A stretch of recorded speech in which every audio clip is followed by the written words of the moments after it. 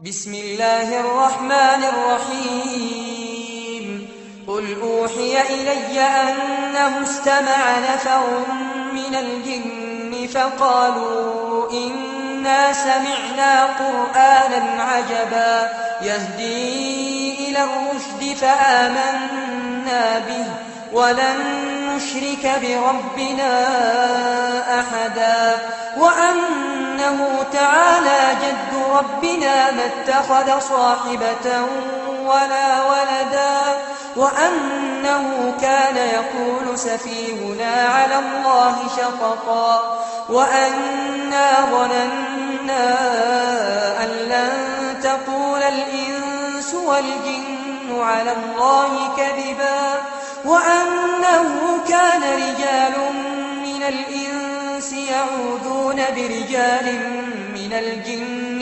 فزادوهم رهقا.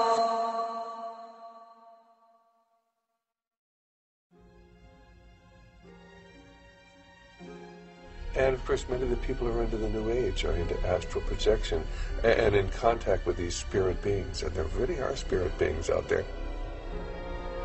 They refer to them as the Masters of Wisdom, or the Great White Brotherhood, or the Enlightened Ones.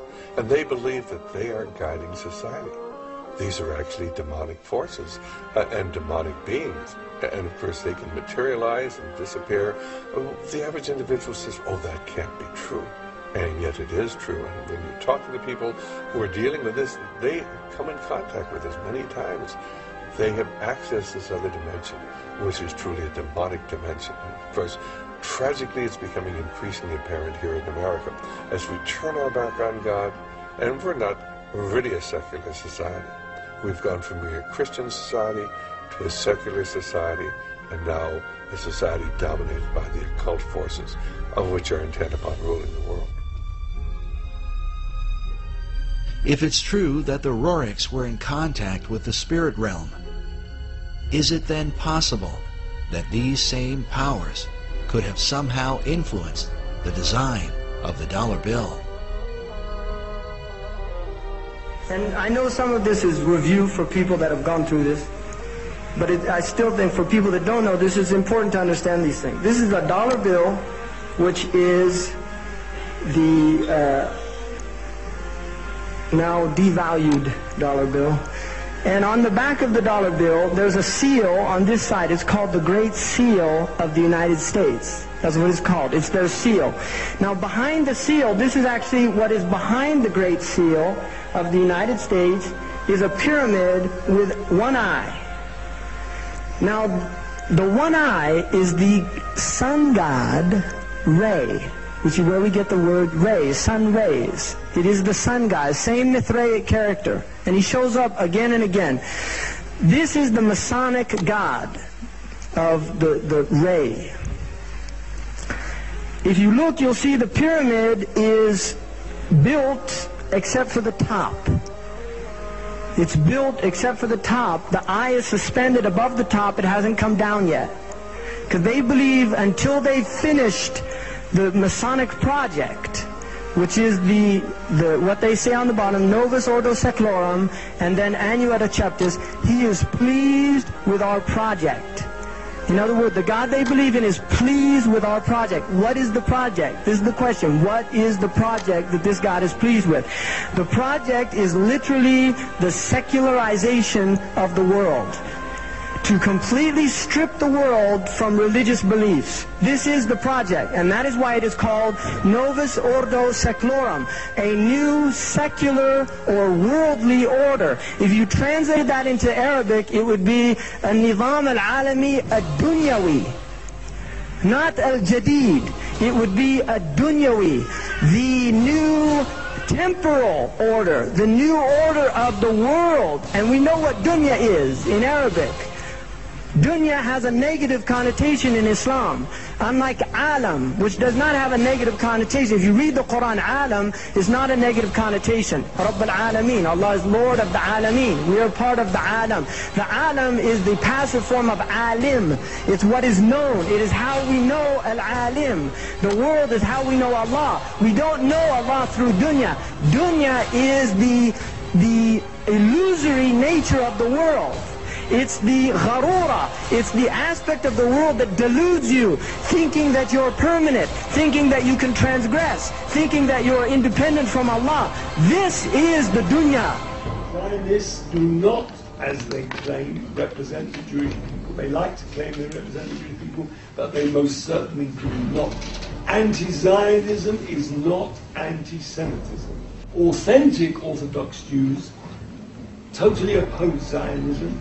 They sympathize entirely with the Palestinian cause, and they protest the wrongs that are done to them. We want to say that whatever happens, if the Arabs will recognize the state of Israel, we as a Jewish people are forbidden to recognize even 1 inch of Jewish sovereignty. We are commanded in exile by God. We're not a nationalism. We are commanded by God that we're forbidden in exile to have even 1 inch of sovereignty, even if it will be handed to us.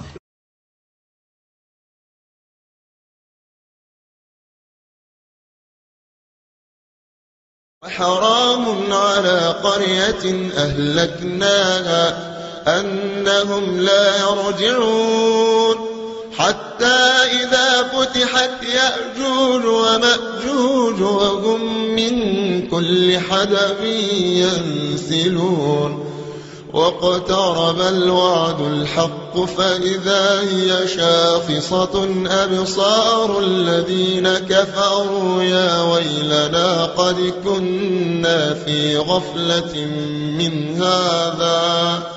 من هذا بل كنا ظالمين. The Saudi army of Abdulaziz ibn Saud conquered Mecca. And Abdulaziz and Sharif Hussein packed his suitcase and off he went. British took him away. And so Abdulaziz ibn Saud is now in control of Mecca and eventually Medina. It's a Saudi Wahhabi alliance. Does he claim the Khilafah for himself now? No. What he does is, as soon as he enters Mecca in 1924 October, Abdulaziz ibn Saud makes a proclamation, and they're going to hate me for revealing this to you. The modern-day Kingdom of Saudi Arabia came into existence as a result of a rebellion against the Islamic Khilafah state. Britain sought to strike the Islamic State from within. Followers of the Wahhabi madhab by then had managed to establish an entity within the Islamic State, led by Muhammad ibn Saud and later by his son Abdulaziz. Britain supplied them with weapons and money, and they moved on a sectarian basis to seize the Islamic lands, which were under the authority of the Khilafah. They took up arms against the Khalifa and fought the Islamic armed forces, all the time goaded by the British. It was well known that Al Saud were British agents. The huge arsenals and equipments which reached them via India, and the monies to cover the war effort against the Khilafah were supplied by the British.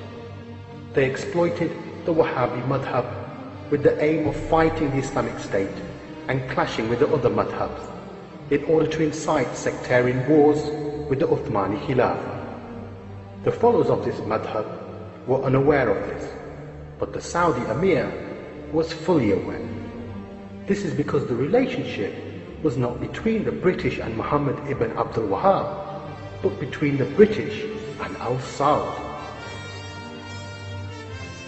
Al Saud's family reward for playing the most important role in this rebellion was to be granted by the British the position of future rulers of Hijaz. They had so much trust and confidence in their British masters and were so arrogant of their possession that they called it Saudi on September the 23rd, 1933, the only state in the world to be named after a family.